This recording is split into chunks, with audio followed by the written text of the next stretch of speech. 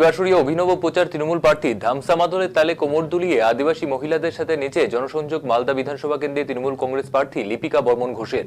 আজ তিনি আদিবাসী অধ্যুষিত পুরাতন মালদা ব্লকের ভাবুক গ্রাম পঞ্চায়েতের পাঁচকরপুর এলাকা নির্বাচনী প্রচারে আসেন। প্রচারের মাঝে আদিবাসী অধ্যুষিত এলাকার মানুষদের সাথে কথা বলেন তিনি, শোনেন তাদের বিভিন্ন অভিযোগ এবং দাবি দাওয়া।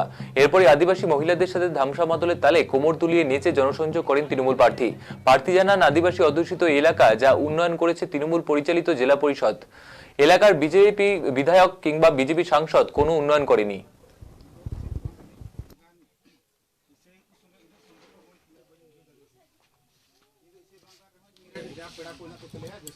আজকে এই এলাকায় প্রচারে এসে দেখলাম অভিনবভাবে প্রচার সারলেন আদিবাসীদের সাথে নেচে, কিভাবে দেখছেন, কি বলবেন?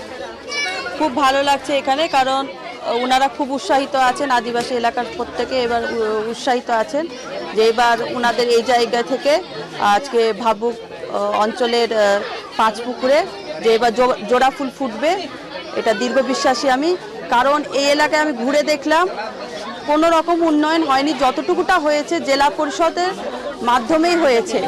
তো ওনারা এবার আর যে ভুলটা গত 5 বছর ওনাদের হয়েছে সেটা আগামীতে হবে না। ওনারা সকলে আমাদের প্রতি বিশ্বাস রেখেছেন, আস্থা রেখেছেন মাননীয় মুখ্যমন্ত্রীর প্রতি। তো আজকে এইখানে সবাই উচ্ছ্বসিত, আনন্দিত যে এবার এই থেকে গ্রাম থেকে জোড়া ফুল ফুটবে।